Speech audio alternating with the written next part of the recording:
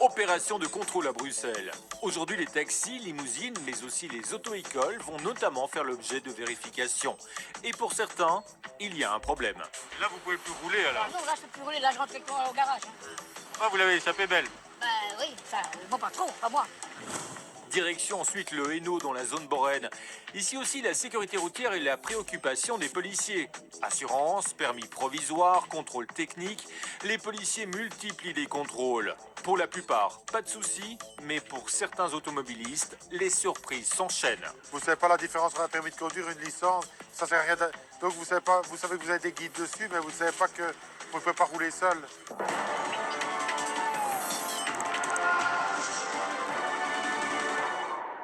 Nous sommes à l'entrée de Bruxelles, à Oudergem, sur la zone de police qui reprend aussi les communes d'Uccle et de Watermal-Boisfort. Les auto-écoles vont notamment être contrôlées aujourd'hui.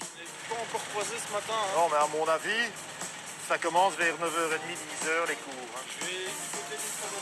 L'autre composante du contrôle, c'est le contrôle de tout ce qui est auto-école et la législation qui est inhérente. On va contrôler notamment les documents de bord du véhicule, mais aussi l'aptitude à conduire. Est-ce que c'est vraiment quelqu'un qui est enregistré comme étant un instructeur valable. Donc tout ce genre de, toutes ces choses vont être scrupuleusement inspectées et contrôlées par les gens des auto-écoles. Ici encore une auto-école, hein, on voit bien la différence. Là, une auto-école strippée, ici une auto-école qui est probablement exploitée par quelqu'un qui fait ça de manière, je vais dire, plus ponctuelle. Donc en fait, il faut savoir qu'on peut avoir un brevet de moniteur auto-école et le faire avec sa voiture qu'on a inscrit à son nom et donner cours dans cette voiture-là.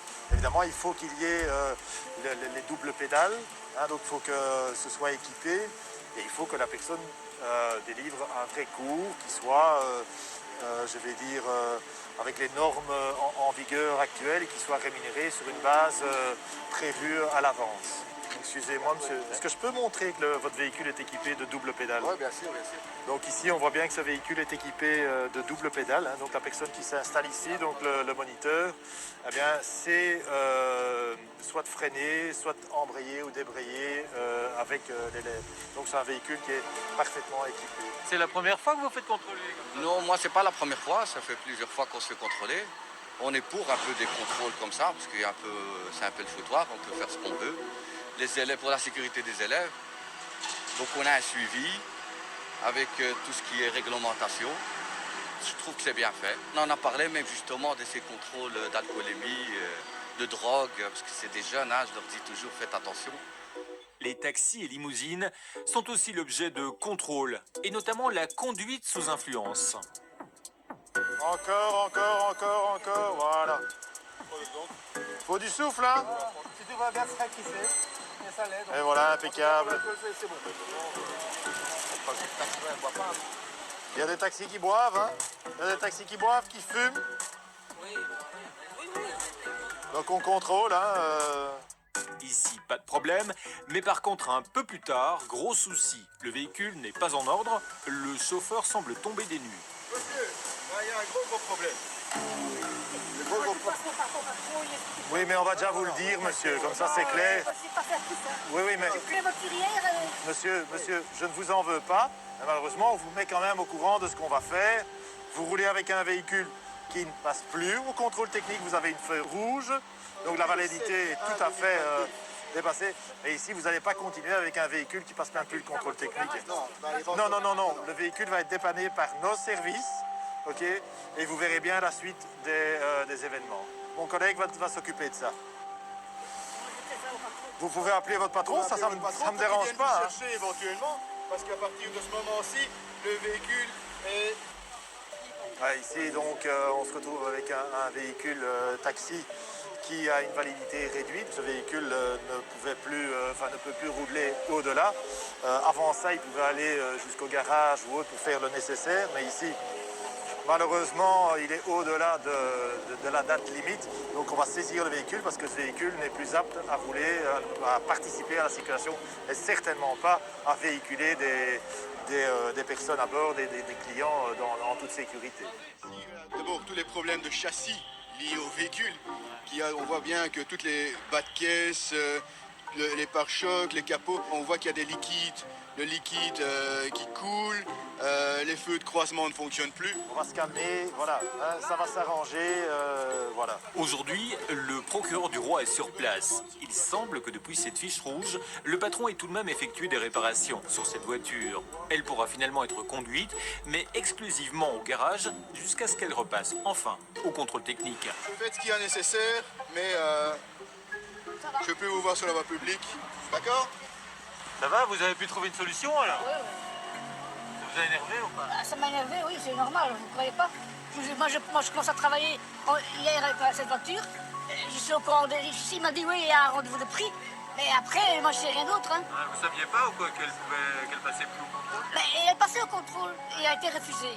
Ça a été réparé, mais il y a le temps de prendre un rendez-vous, c'est ça le problème. Vous voyez, actuellement, pour prendre des rendez-vous au contrôle technique, c'est difficile. Et là, vous pouvez plus rouler alors? Ah non, là, je ne peux plus rouler, là, je rentre au garage. Hein. Ah, vous l'avez échappé belle. Oui, enfin, mon patron, pas moi. Mais bon, oui, c'est mon patron qui fait pas le boulot qu'il faut. Hein. Au final, le patron s'en tire à bon compte. Mais il devra absolument, cette fois, obtenir une carte verte du contrôle technique pour pouvoir à nouveau circuler et travailler avec cette voiture. Entre-temps, autre souci avec un autre véhicule. C'est ici visiblement quelqu'un qui est tombé en panne dans le contrôle, hein, juste avant. Donc on va voir un petit peu, on va quand même le contrôler, évidemment.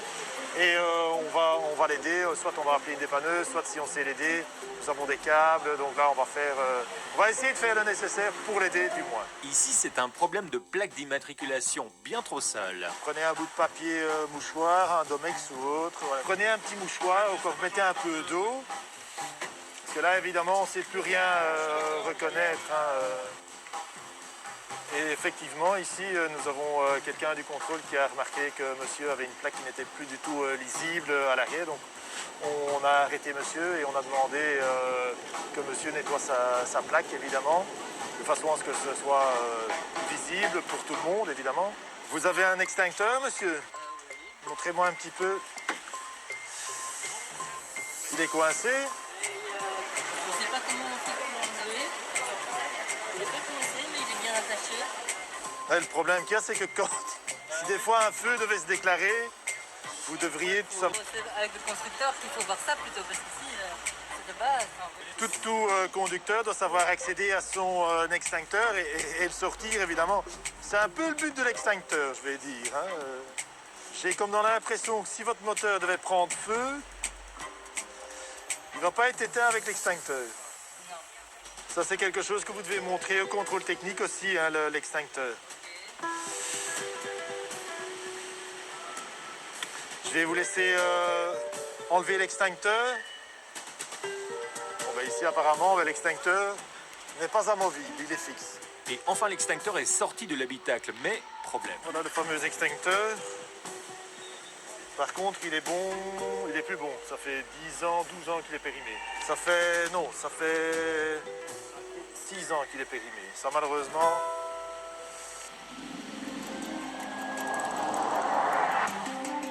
Plus tard, un souci d'assurance et de chargement également.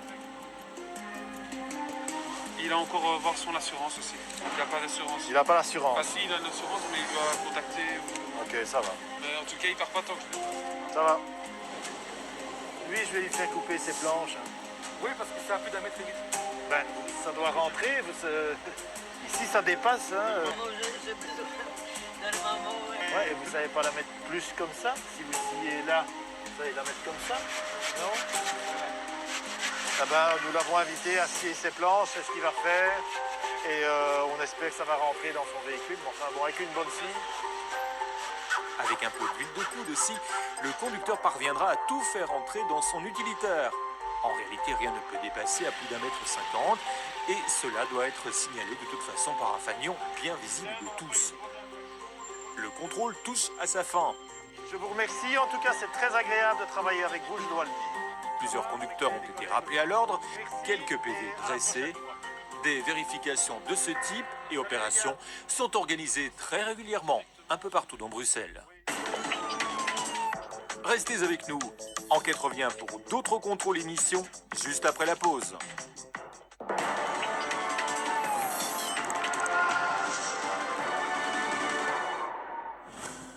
Mission sur les routes en compagnie de nos spécialistes en sécurité routière. Un véhicule avec une plaque L pour licence vient d'être repéré dans la circulation. Il semble y avoir un petit problème de contrôle technique. Bonjour, est-ce que je peux... Oui, il y a le L. Ah oui, mais le problème, c'est que ici, le L, ça porte à confusion. D'accord? Et il y a autre chose avec votre voiture. Est-ce que vous êtes en ordre de tout? Oui? Certaines? Promis, juré. Montrez-moi les documents. Bon, peut-être le l'immatriculation, l'assurance. Promis, hein? Vous êtes en ordre, hein?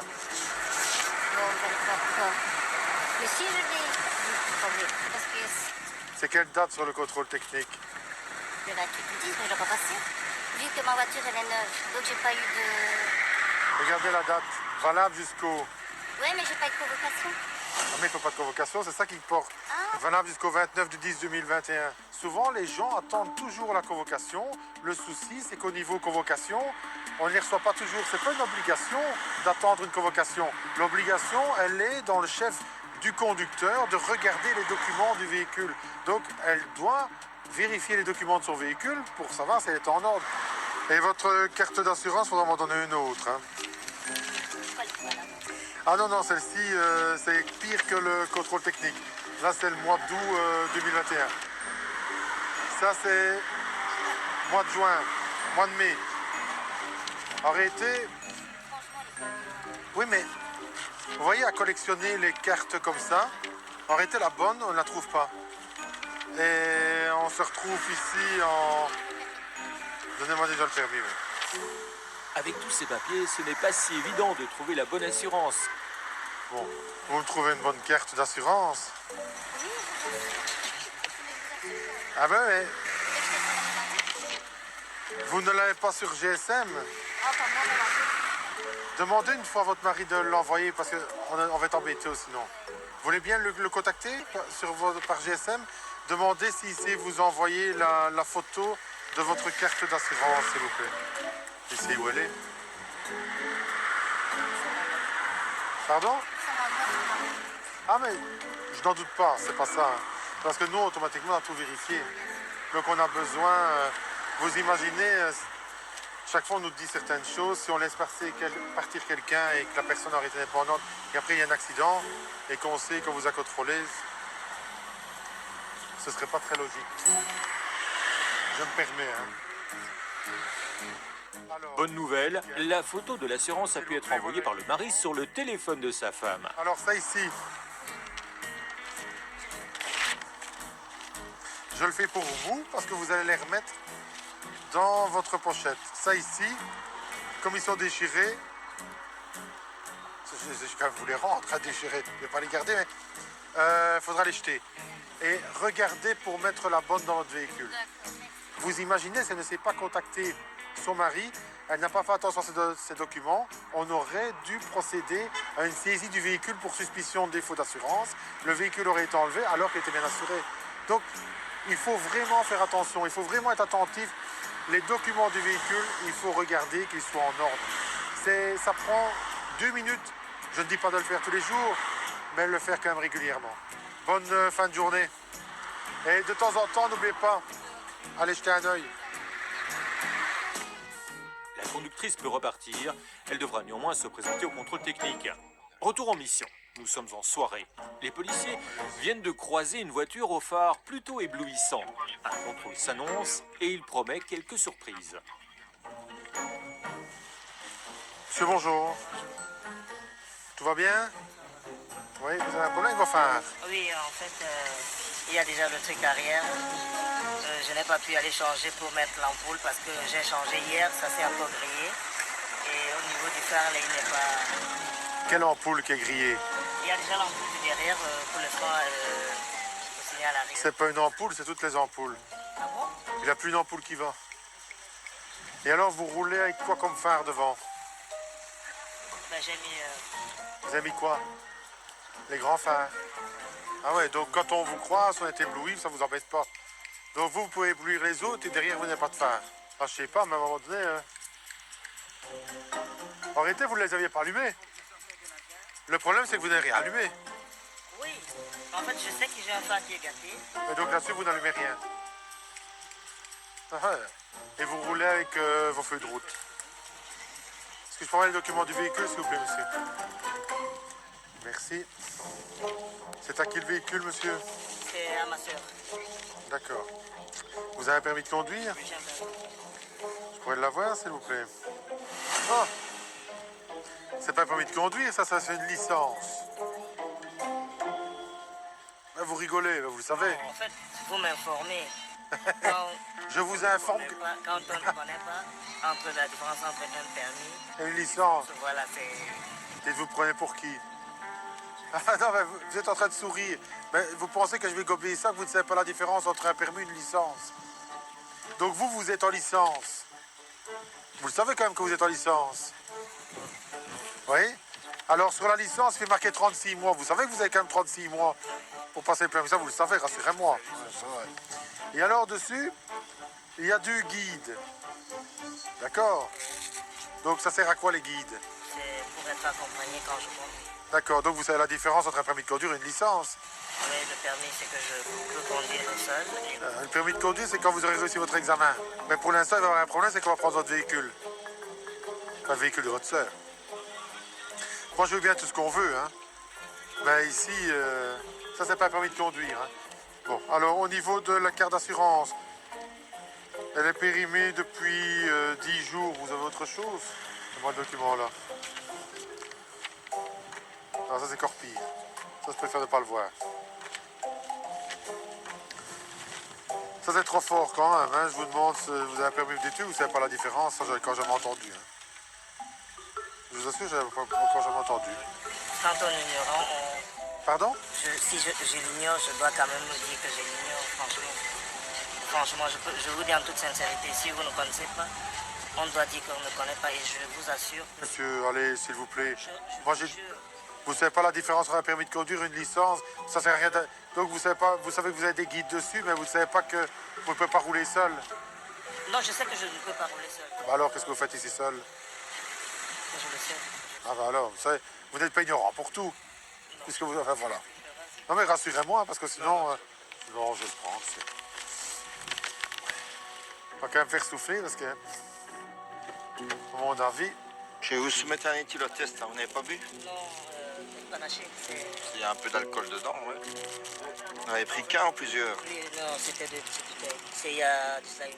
Il y a de ça 1 heure, bon, on va tout vérifier. Hein. Je mets un nouvel embout sur l'appareillage. Prendre une bonne aspiration et un souffle continu. C'est bon, monsieur? Ça va, au niveau de l'alcool, il n'y a aucun souci. C'est déjà ça. Enfin, avec le permis, ce serait mieux tout de même. Hein. L'apprenti conducteur a donc appelé sa sœur, propriétaire du véhicule. Elle va devoir venir signer des documents. C'est aussi l'occasion de lui rappeler les règles en tant que guide. madame, vous savez que monsieur n'a pas de permis? C'est votre frère? Oui. Donc vous le savez, c'est votre frère. Vous le savez. Il n'y a pas le définitif. Pardon? Il n'y a pas le définitif. Il n'y a pas le définitif. Vous savez, votre sœur, elle le sait. Vous êtes guide pour lui. Non, c'est vrai. Donc voilà, mais vous le savez. Et vous êtes la propriétaire du véhicule. De vous prêter votre véhicule à votre frère qui n'a pas de permis. Ah ouais, mais ça... Madame... Juste pour aller. Ah bon, juste pour aller, bah oui. En plus, il roule sans phare, donc tout va bien. Ça et dire à la police, arrêtez-moi, c'est de même. Hein. Alors ça, c'est pour vous, madame, ça ici. Vous êtes la propriétaire. Donc, c'est le document. Vous comptez récupérer le véhicule, madame? Maintenant, là. Ah non, pas maintenant. Maintenant, c'est trop tard parce que je le prends. Si vous le récupérez, ça va être à partir de lundi. Vous pouvez écrire au procureur du roi. Et monsieur le procureur du roi va décider du moment pour la restitution. Ici, il est immobilisé dans le cadre de la réglementation du permis de conduire. On travaille à Bruxelles. Oui. Ça, si vous immobilisez comme ça, c'est la cata. Il faudra prendre le train. Mais même le train, et aujourd'hui, il fallait faire 2 heures pour arriver. Ah oui, madame, mais vous prêtez votre véhicule à quelqu'un qui n'a pas de permis. C'est ce que je dis, moi. Mais soyez indulgent. Ah ben, je suis indulgent. Vous envoyez chez le procureur du roi. Ben madame, je suis indulgent, j'ai fait mon travail, c'est la loi, elle est comme ça. Je ne veux pas dire chaque situation n'est pas différente. Arrêtez, dès qu'on prend quelqu'un qui ne respecte pas les modalités relatives à la licence de conduite, c'est l'immobilisation. Donc c'est pas être indulgent par rapport à une personne ou une autre. Moi je suis pas là pour dire, oh, tiens, vous êtes gentil, je laisse aller, vous êtes méchant, je prends votre véhicule, c'est pas ça. C'est le même pour tout le monde. Comprenez? Ben non, madame, faut pas commencer à dire que je veux vous faire perdre votre travail, ça n'a rien à voir. Moi je vous ai pas demandé de prêter votre véhicule à quelqu'un qui n'a pas de permis. Hein. Madame, si votre véhicule tombe en panne, vous allez comment au boulot? Je vais trouver une solution. Ah ben donc vous allez trouver une solution ici aussi. Votre licence de conduite, je vous la rends. Votre licence, hein, pas votre permis. D'accord, voilà. Et faites attention, hein. Si vous continuez à faire ça, votre permis, vous ne le verrez jamais. Hein. Avant l'immobilisation, il n'y a pas une petite punition avant l'immobilisation. La punition, c'est vous qui allez lui donner. Ou alors... Ah, c'est lui qui a pris l'auto, hein. C'est pas moi, hein. Le conducteur va devoir désormais respecter les règles s'il veut obtenir son permis définitif et surtout éviter les risques et les soucis sur la route. Il en va de sa sécurité et de celle des autres.